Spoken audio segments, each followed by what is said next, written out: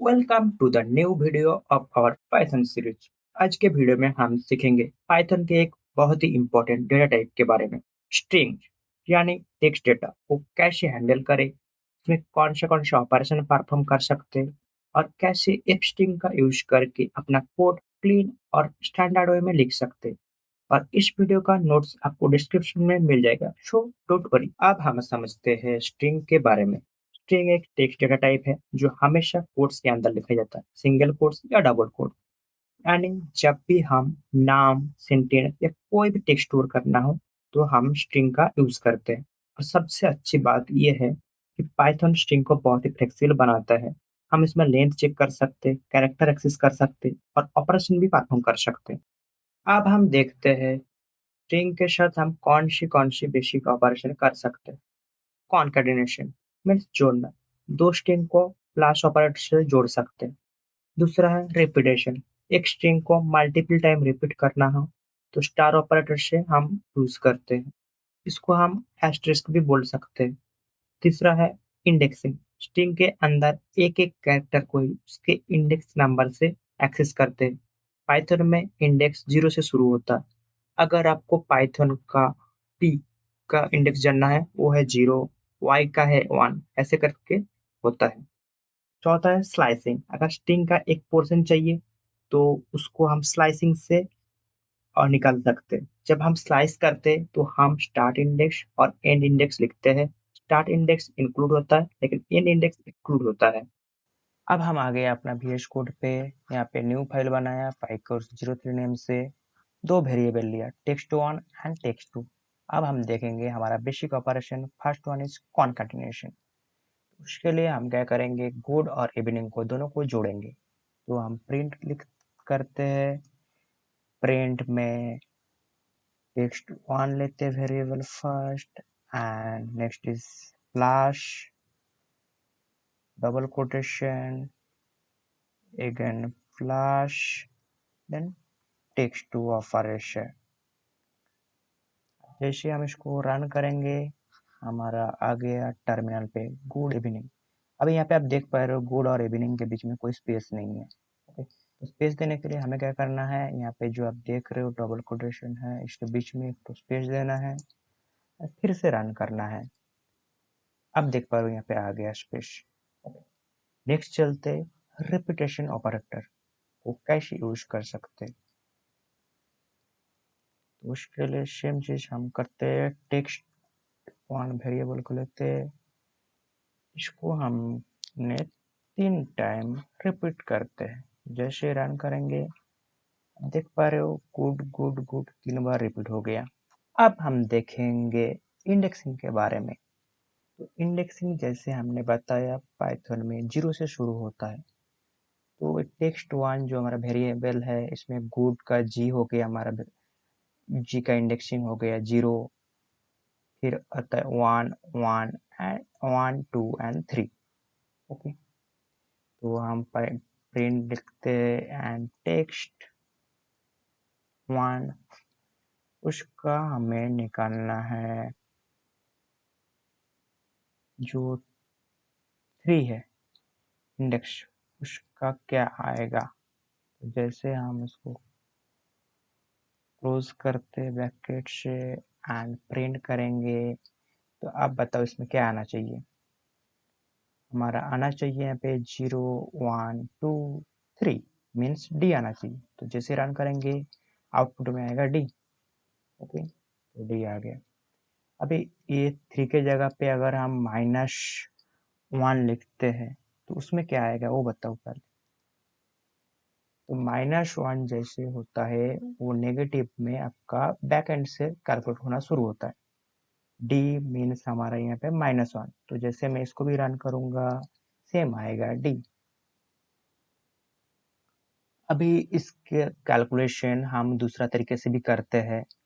मान लो टोटल जो गुड है इसका लेंथ कितना है, लेंथ है 1 2 3 4। 4 मीन्स ये लेंथ है और इंडेक्स हमेशा 0 से शुरू होता है एंड लेंथ 1 से शुरू होता है।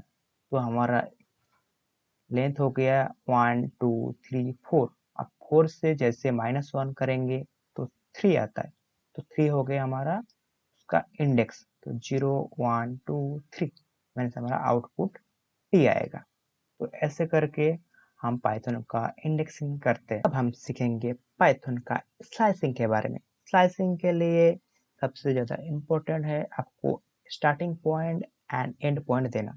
तो स्टार्टिंग पॉइंट को जो इंडेक्स होता है वो हम काउंट करते हैं, बट एंड पॉइंट का जो इंडेक्स होता है उस पर काउंट नहीं करते। तो हमें जो टेक्स्ट टू वेरिएबल है उसमें से मेरे को ई एंड भी चाहिए तो स्टार्टिंग के, तो उसके लिए हम क्या करेंगे, प्रिंट टेक्स्ट टू हमारा वेरिएबल स्क्वायर ब्रैकेट के अंदर ई हमारा उसका इंडेक्स होगा 0 एंड हमारा भी जिसका इंडेक्स है 1, बट हमने जैसे बताया ई का इंडेक्स नहीं लिया जाएगा, ई भी ई का, जैसे दो इंडेक्स का, तो हमें यहाँ से 0 से 2 तक लेना है ताकि ई एंड भी प्रिंट हो। तो जैसे हम इसको प्रिंट करेंगे हमारा आउटपुट में आ जाएगा ई भी। अब पाइथन के स्ट्रिंग का मेथड के बारे में जानते हैं। पाइथन में स्ट्रिंग का काफी यूजफुल बिल्ट इन मेथड दिया गया है। अगर हमें टेक्स्ट को कैपिटल में लिखना है तो अपर यूज करते हैं, और स्मॉल में लिखना है तो लोअर मेथड यूज करते हैं। एक्स्ट्रा स्पेस को हटाने के लिए स्ट्रिप मेथड यूज करते हैं। अगर वर्ड को दूसरे वर्ड से रिप्लेस करने का हो तो हम रिप्लेस मेथड यूज करते हैं। अगर सेंटेंस को अलग अलग पार्ट्स में तोड़ना हो तो स्प्लिट मेथड यूज करते हैं, और वर्ड्स को आपस स्ट्रिंग में जोड़ना हो तो जॉइन मेथड यूज करते हैं। चलते अपना बेस कोड में और डिटेल में इसको समझते हैं। समझते सारे पाइथन का बिल्ट इन मेथड के बारे में। इसके लिए मैंने पहले एक वेरिएबल बनाया टेक्स्ट नेम से, और उसमें एक स्ट्रिंग लिखा आई लव पाइथन। तो इसमें आप भी बनाओ अपना सिस्टम में कुछ भी वेरिएबल एंड उसके अंदर स्ट्रिंग लिखो। तो पहले हम प्रिंट करेंगे अपर को, जिसमें क्या होगा हमारा आई लव पाइथन सारे मेरा वर्ड्स कैपिटल में प्रिंट होगा। देन हमने लिखा है लोअर में, जिसमें मेरा पूरा सेंटेंस लोअर में प्रिंट होगा। मैंने लिखा स्ट्रिप, अगर जो भी हमारा स्पेस है वो रिमूव हो जाएगा। देन हमने रिप्लेस किया आई को वी से। देन हमने लिखा है स्प्लिट, जो आई लव पाइथन है ये स्प्लिट हो जाएगा। एंड फिर हमने लिखा है ज्वाइन का, पाइथन इज कूल, इसको हम हाइफन से ज्वाइन करेंगे। जैसे हम इसको रन करेंगे सारे कोड हमारा आउटपुट में आ जाएगा। तो हमारा पहला जो अपर का मेथड था उसमें आप देख पा रहे हो आई लव पाइथन सारे अपर में प्रिंट हुआ है। नेक्स्ट था हमारा आई लव पाइथन लोअर में सारे स्मॉल केस में प्रिंट हुआ। देन हमारा था स्ट्रिप, अगर कोई एक्स्ट्रा स्पेस था तो वो रिमूव हो गया है।